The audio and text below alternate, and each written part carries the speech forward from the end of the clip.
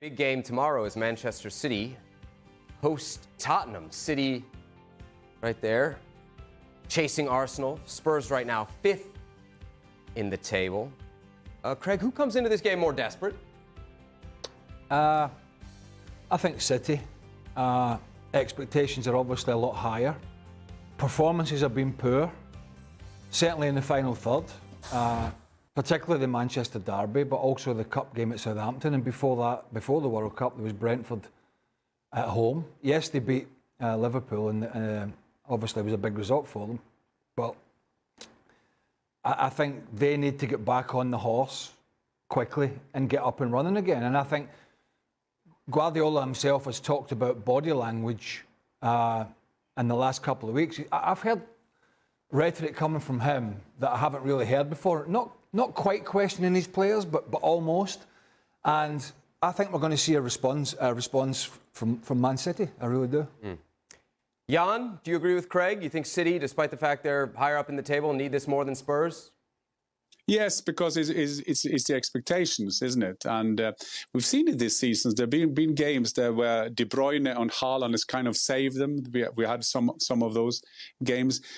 Again, when they were 1-0 up against Manchester United before those crazy 3 minutes, you just felt that they will kind of win this easily. They will kind of control it, but they don't have that ability, and they don't create so many chances as we're used to by Manchester City.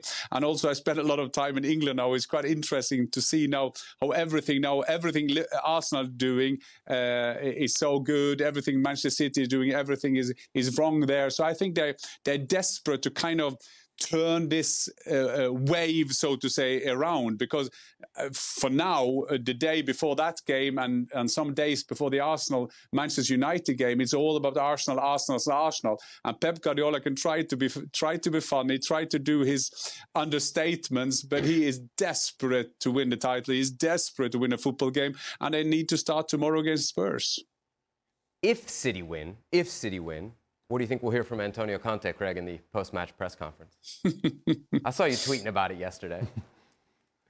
That somebody else has to put their head above the parapet and take some blame. I don't know. It's nothing new from Conte, though, is it? Isn't this kind of how it played out at Chelsea? Yeah. Well, he had success at Chelsea. A lot. I can't remember how exactly it played out, but yeah, I was intrigued by the timing of his comments about in England it's only the manager that takes the blame. Right. Basically, is what he was saying. Is that how it should be? Well, look. Like, does he have a point? I don't know. I'm not quite sure who sticks their head above the parapet in other countries. I don't know. I mean, to the point of what I tweeted yesterday was, he takes responsibility for tactics. He takes responsibility for the first half. He takes responsibility for substitutions. All these things. They're his responsibility, their performance, their style of play, their results. These are all his responsibilities, team selection. And it's up to him to answer the questions when these are not good enough. No? Gab, you're fluent in Conte. You want to translate? Yeah, look, I'm going to translate. I'm not going to justify here because obviously Conte already managed in England for 2 seasons, so he knows what it's like. But what happens elsewhere, and I think it's very much a double-edged sword because there's too many people talking, is that after a game, before a game, and I think pretty much the same thing in Spain as well, also in Germany, you get a lot more you get sporting directors talking, you get club presidents or CEOs talking, you get technical directors talking, and the role of the sporting director or technical director, these guys are at the training ground every day, and they'll often, or they'll occasionally pipe up, they talk about relationships between players, they'll talk about sporting goals. Obviously, they don't get into things like the tactics or substitutions because that's the remit of the coach, right? But, you look at Darren Fletcher has been a mute, for example, at Manchester United for the past year. But, in theory anyway, he was right there all along, sometimes even sitting on the bench and, in his technical director role or whatever they call it now. it is very much a double-edged sword. Some coaches don't like it because, they say, I'm in charge, you just get me the players. Other coaches do see it as a way of taking pressure off them. We often see managers being asked questions that maybe, about a player that maybe don't pertain directly to football. And so sometimes, you welcome that. In this case, it is a little bit odd, given that, the guy who is his sporting director, Fabio Paratici, is a guy who Conte's worked with at Juventus before, and, he's in charge of the recruitment. If you're talking about recruitment, then complain about recruitment. If there are issues within the squad involving players that are not non-football issues, then, I could see you might want somebody to get somebody else to talk if there's legal implications or whatever. Otherwise, you're a big boy, explain them. It's the old Conte trick when things are not going particularly well. He's trying to shift some of the shoulders and shift some of the weight and some of the blame and some of the pressure kind of somewhere else when, quite frankly, and look, the ownership at Tottenham is not perfect. Joe Lewis, he's never been, you hardly ever see him. Daniel Levy's had a lot of criticism. The ownership is far from perfect, but show me the majority of clubs, the ownership, right, and structure is not perfect. And they're quiet. You've just got to deal with it. Yeah. I think the point here is that they don't speak, but that's everywhere. Well, look, I don't think Tottenham fans. I think Tottenham fans are looking and saying, look, why does it take us 45 minutes or an hour to start pressing and playing better? Why are we continually going behind? Why are we playing this brand of football is still a little pedestrian. The results they've slowed up of late. The manager himself is stalling on contracts. There's lots of things. We sit here almost every Tottenham game, not all, but quite a lot, going, why are they not doing this at the start of games?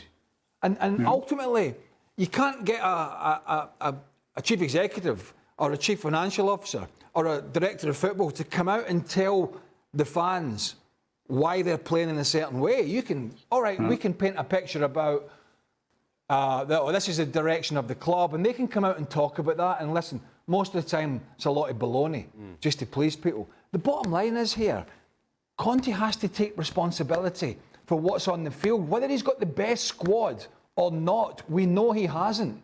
He still has to take that responsibility, in my opinion.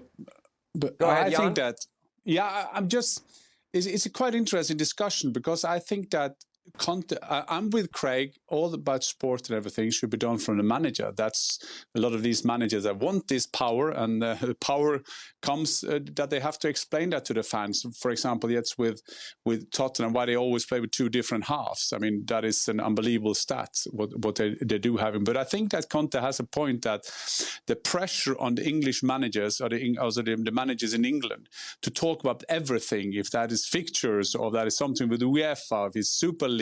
Remember when we had the big Super League debate? It was only the managers who were going out there. I guess some of these managers have never heard of the Super League before they saw that their club was a part of something new, that the fans were against, the journalists were against, all the pundits were against. But I must also say that I'm a big fan of Conte. I've interviewed a lot of these managers, and Conte is always, yes, he knows every trick in the book. Of course he does. He likes the blame game and everything.